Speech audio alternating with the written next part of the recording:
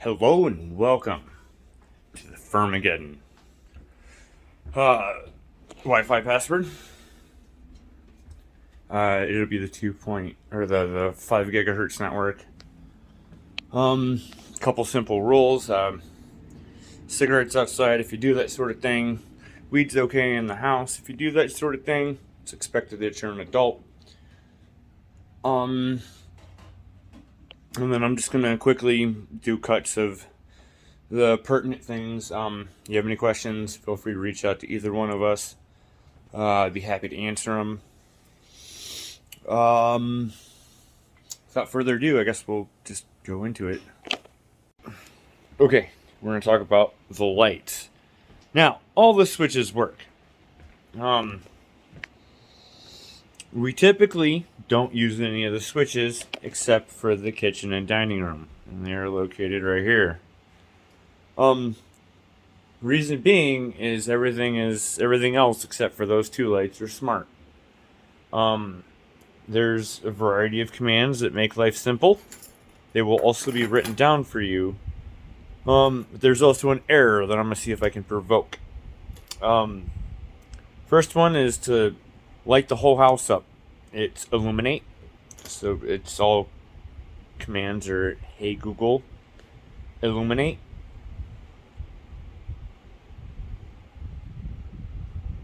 It takes a second, but it usually registers, and then it'll turn all the lights up, and it'll just brighten the whole house out. Another one. Sorry, it looks like the hub space is unavailable right now. Sorry, it looks like the hub space. Sometimes this happens. Sorry, I couldn't reach the And hub space. when you do something like that, it's 30 commands, and it'll say this 30 times. Hey Google.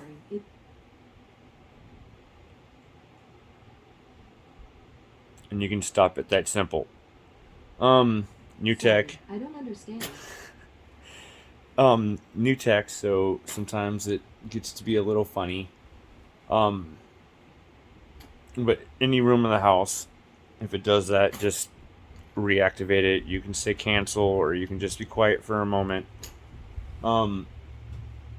Usually it still will activate all the commands.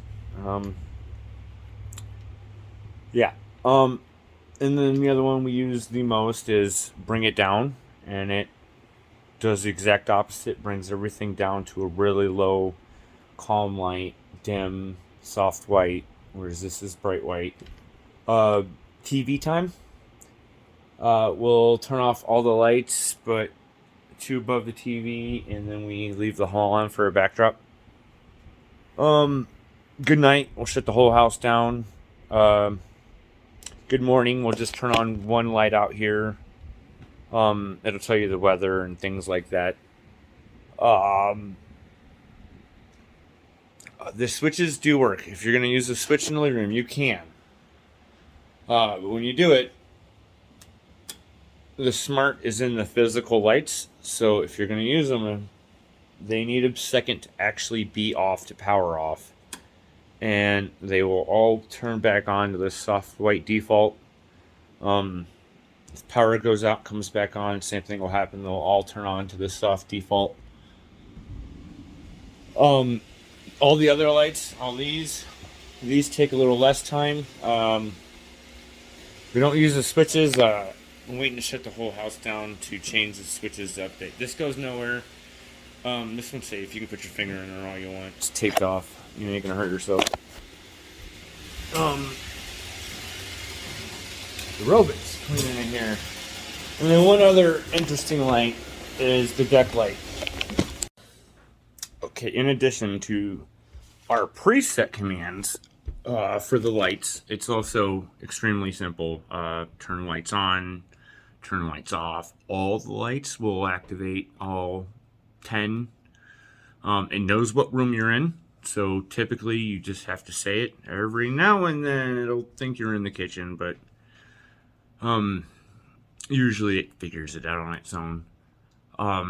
You can say dim the lights all the way, dim the lights 30%. They change the color, they do RGB, so blue, green, any of that, you can just vocalize it. Soft white, bright white, The living room is broken into sections, as you will notice with the other commands we use. Starting close to the door, it goes 1, 2, moving toward the fireplace, 3, 4, 5, 6, and you can LR, whatever number, activate them individually, specific to the living room. All the other rooms have one light. You can use the light switches. Like I said, they do all work. The one in the hallway, don't put your fingers in the holes. That's not as secure as the one in the entry. Don't go putting your fingers in those holes. It's not secure as the one in the hallway. Next time I turn the whole house off, I'll be updating these two lights to smart and putting in all the rest of the new switches. If you're going to use the oven, use a flat thumb on the buttons. It's got known errors if you use your fingertip. So flat thumb on the buttons. Preserve their awesomeness. And yeah, that's about that. Come on. Get in there. You know where they're supposed to sit. If they don't, just stand here.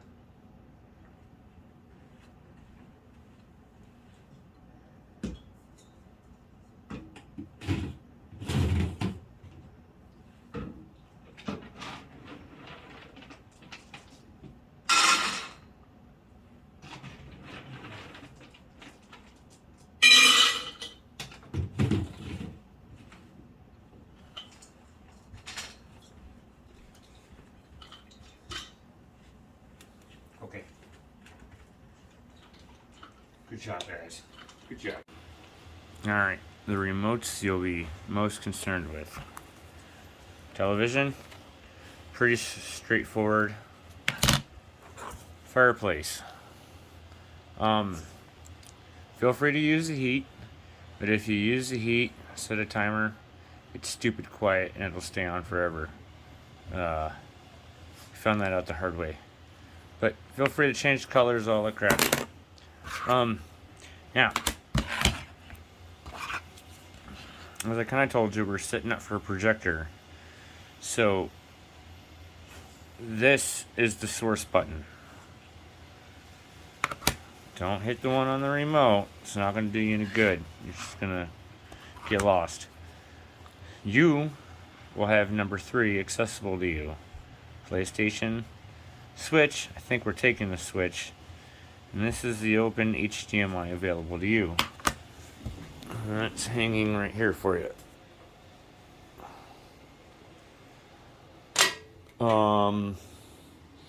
Volumes on the TV, everything else is normal TV, but this is your source button. Don't use a stereo. I got it wired weird. I need to rewire it, so it's kind of not working right now. Now, when you turn if nothing else is on, when you turn your laptop on, it should automatically switch to it, hands-free. But if in the event that it doesn't, you'll be number 3. All the remotes are right there. Climate control is here. We keep it on 66. It's got the powerful button if it gets a little chilly. Adjust it. Please don't leave it high. That should also be in there. One other interesting light is the deck light. It turns on by itself at 8 p.m. Turns off like 11, and it'll turn back on early morning and turn back off at like 8ish. But for whatever reason, although the schedule still works, the ability to log into it has somehow stopped working. So if you want to turn the light on outside of those hours, it's plugged in right behind the door, and you just unplug and replug it, and it just hangs right here, right behind the door. We'll replace it at some point, but for right now, and it's set for summer hours. It's currently winter. While I'm standing here, you have the catio. They have full range to the catio. This is where one of the litter boxes are. Um, we typically let them have it rain or shine. They all really like it. They will come out here in a rainstorm and use that litter box. But if for any reason you do have to close it, there are two ways to close it. One way is the dog door thing. I keep it inside because it closes from the inside. And then you just slide it through on the top and the slots there. Much simpler is just close the window.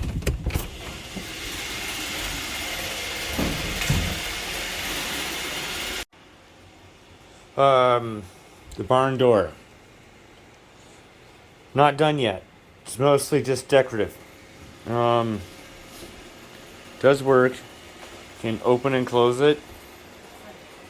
But I haven't installed the floor guide yet because the one that came with it is plastic, and we don't live in a plastic sort of house. So I gotta make one out of metal. So it does open and close. It slides just like it should, but the dogs will just push it, and if they push it too far, they will knock it off. But if it's a little chilly in here, everybody's hanging out, you're just kicking it. You want to keep the heat in? Absolutely. Close the door, but yeah, it is not a dog-proof door just yet. I still have to modify and realign the stoppers. It's almost done, but we're going on vacation and I'm not doing that.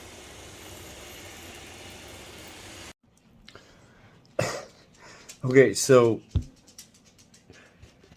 the cats are all lovers. They're all wonderful. Two of them, though, however, well, all of them, this applies to all of them.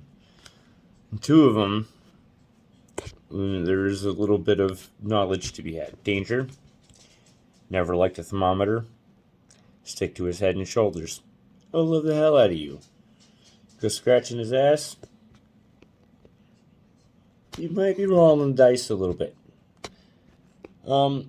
Lily, the tripod, very lovey. She does not have a problem with you touching any of her missing limbs. However, too much rear stimulation will irritate her. Now, when this happens, and this goes for all of the animals, they all play a little rough, a little vulgar, a little rough. Just relax.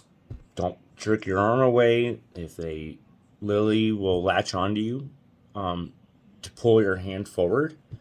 If you jerk away, you're probably going to get cut. She won't bite you hard. Just relax.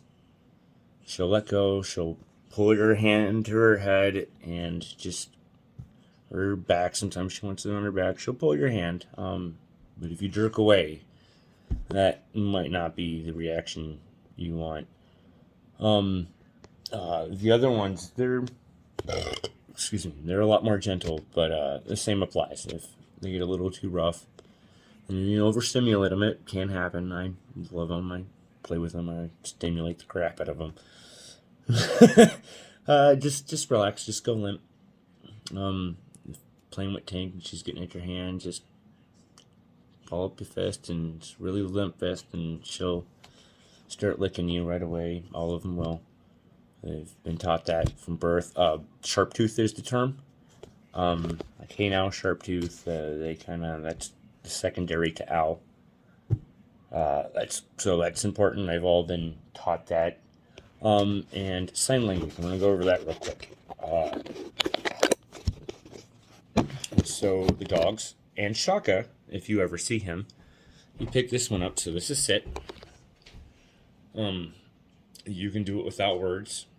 Do it with the words. They know it. This is wheat. Specific to Cash Money, this is an invite to come up. He is a very touchy dog. He likes to touch. He likes to touch back. If you're petting him, you'll notice he will hook his arm over yours. We let him do that, but we don't let him go beyond that without an invite. And then alternatively, the reverse to the invite is get back down. That's specific to Cash. He wants to touch. We can't really stop him, I suppose. I guess we could, but it's his personality. He wants to touch, so trying to nourish his personality by giving him what he wants. And then lay down. Sky will do it. Cash has been very defiant lately, and he kind of is flat out refusing to lay down. We've been kind of letting him get away with it a little bit. He stays and waits and does all that stuff. It's the blonde dog that typically applies more to anyhow. But that is a thing. And then terminology. I apologize. I am vulgar. So don't be afraid to use F-bombs. Get from here is a good one, apparently. My wife thinks is hilarious. Fuck off is one. Tell the black dog all the time that I hate his stupid, ugly face. It's our love language. He knows I love him. He gets so excited when I talk about his stupid, ugly face. For the most part, though, you can just talk to him, but I am a vulgar person, so don't be afraid to throw in a polite F-bomb here and there. They'll respond to it. And then that's it for the sign language.